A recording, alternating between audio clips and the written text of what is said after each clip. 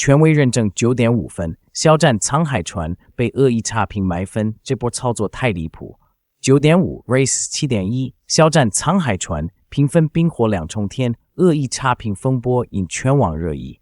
近日，影视圈最具话题性的事件，非肖战张婧仪主演的《沧海船》评分争议莫属。这部剧一经播出便热度拉满，不仅它《沧海船》豆瓣开分7.1的话题强势登顶热搜榜首，其在 IMDB 平台的评分表现更是令人咋舌，一度突破9.5分大关。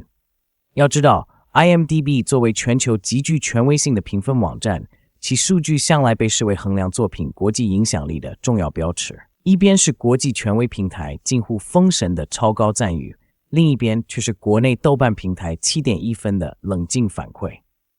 如此悬殊的评分差距，瞬间点燃了网友们的讨论热情。更有细心的观众扒出大量纯黑一星差评的实锤证据，恶意刷屏的痕迹昭然若揭，这也让这场评分风波的性质逐渐明晰。沧海船或许正遭遇着一场有组织的恶意差评狙击。回顾肖战在沧海船中的表现，他无疑倾注了大量心血，从前期的角色研读、形体训练到拍摄时的全情投入，每一个镜头都能看到他对角色的深刻理解与精准诠释。他用扎实的演技将剧中人物的喜怒哀乐展现得淋漓尽致，为观众带来了一场视觉与情感的双重盛宴。然而，如此用心的付出，却因外界因素未能收获与之匹配的评分，着实令人惋惜又无奈。消息传开后，粉丝群体更是炸开了锅。9.5分和7.1分，这差距谁能接受？明明是诚意满满的好作品，为什么要被这样对待？类似的质疑声此起彼伏。事实上，肖战主演的作品似乎总是难逃被恶意打分的魔咒。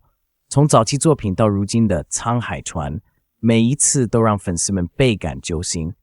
一部优秀的影视作品，本应凭借其本身的质量与口碑，在评分平台上获得公正客观的评价。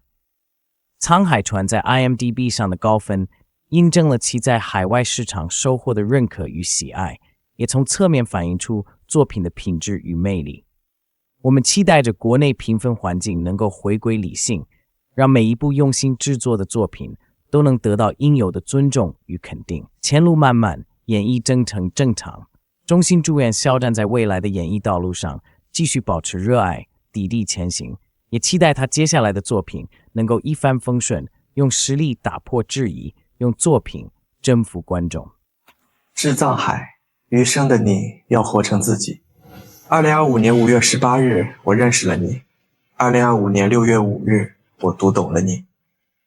我曾以为《藏海传》是爽剧，你当如利剑般劈开混沌，杀伐果断，快意恩仇。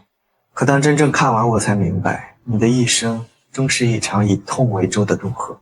当荧幕上最后一帧画面熄灭时，我眼前却燃起了10年前的那场大火。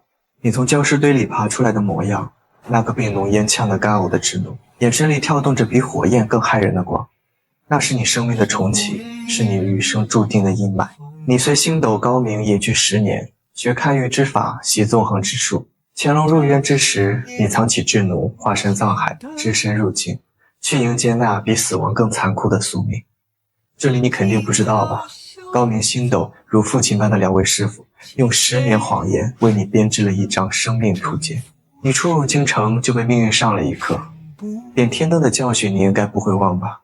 万万没想到，设计你的人竟是位女子，她是你在这新世界中认识的第一个人，也是你复仇之路上并肩的人。你借太后牵铃崭露头角，凭风水开运接近仇敌。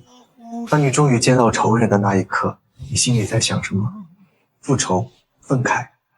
我想你也有过一丝胆怯吧，但心里仇恨的火却把这胆怯烧得粉碎。我知道，从这一刻开始，你要大展身手了。世人在你至近乎妖，我却总想起你第一次手刃仇敌后的模样。灵前的这一声怒吼，是对这世道的最严明的控诉。身披相服，满目血色，你既是被献祭的羔羊，又是从地狱里爬出来的复仇者。你当然不会退缩，只一句命不该绝，彻底撕碎了灵前百官的虚伪面具。你当然不会忘记，杨真的死是以季伯伯以及万千工匠的血迹为代价。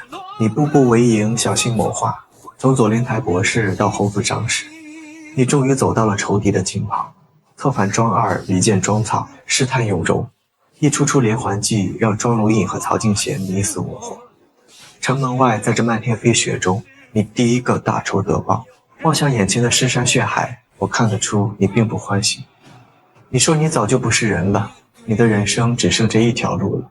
此刻我也终于明白，真正的复仇不是将仇敌拖入深渊，而是亲手斩断拴在骸骨上的绳索，让死者的亡魂顺着人间烟火飘向天际。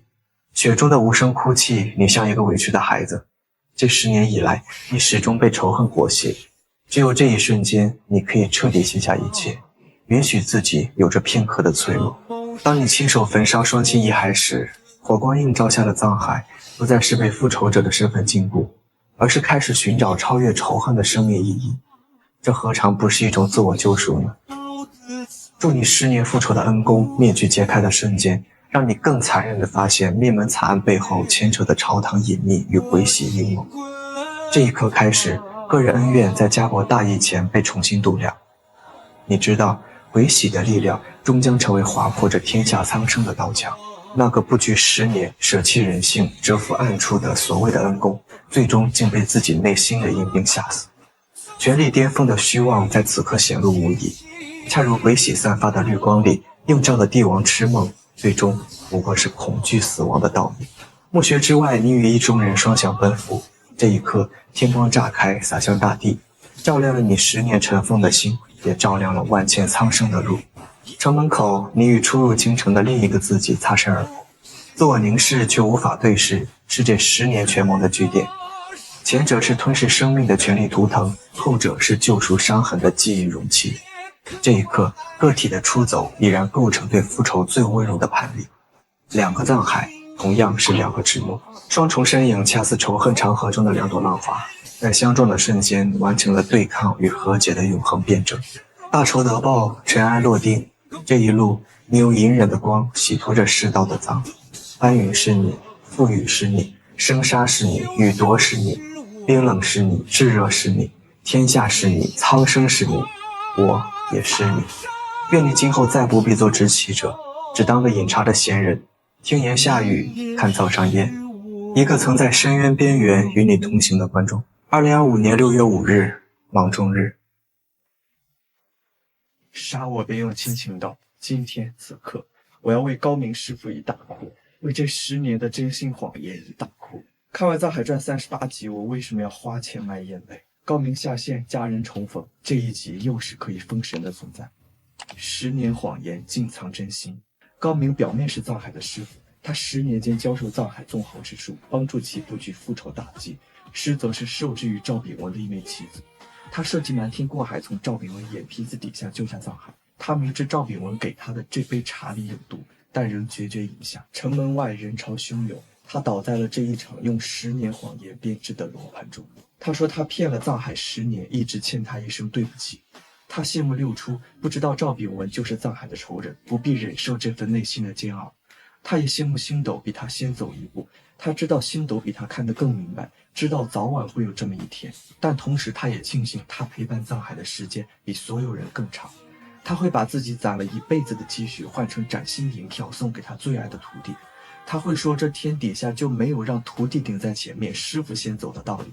他更明白，只要感情是真的，有时候谎言未见得是坏事。送君千里，终须一别，这关过了，往后的路师傅就不陪你走了。这是一个师傅在临死前对他最爱的徒弟说的最狠的话。镜头里藏海满眼热泪，看着师傅孤身走向死亡的背影。这一刻他终于明白，10年谎言满是真心，经此一别即是永别。高明以肉身做桥，将藏海从智奴渡向真正的藏海。他不是命运的操盘者，不是阴谋的编织者，此刻的他是一个在权力与罪孽的夹缝中笨拙的、沉重的，用尽最后气力护住自己孩子的父亲。这一刻，智奴又失去了一个亲人。大雾四起，我来见你。藏海濒死之际与王亲的重逢，这出设计太绝了。他给了藏海一次亲情温存，给了观众一份情感厚礼。牢狱中，赵炳文对藏海施以重刑，在他生命的最后一刻，藏海成为了智奴。他看见了双亲、妹妹、师兄弟，他看见了他的家。梦境中，母亲一遍遍地赶他走，这正与第1集的那个夜晚形成呼应，用最无情的话来护他最爱的骨肉。这里智奴连说了4遍"我不想回去"，这5个字直接把观众推至情感深渊。这句台词的重复，不仅是藏海对现实炼狱的逃离渴望，更是一曲关于人性与宿命的悲歌。他不愿从这美好幻境中回归付出的现实，他渴望停留在被家人环绕的幻梦中，但现实的血腥使命却用无情地把他的灵魂再一次的吞噬。4遍台词的叠加，气声渐弱，悲戚激增，既是自我催眠的徒劳，也是对命运枷锁的无声控诉。每一声不想回去，都像是打向宿命的铁锤。仇恨的齿轮已将他碾为工具，而家人的幻想却让他瞥见另一种最温情的人生。这段剧情，导演以低饱和冷色调构建了现实与幻境的双向救赎。大雾弥漫，终遮不住我心向往。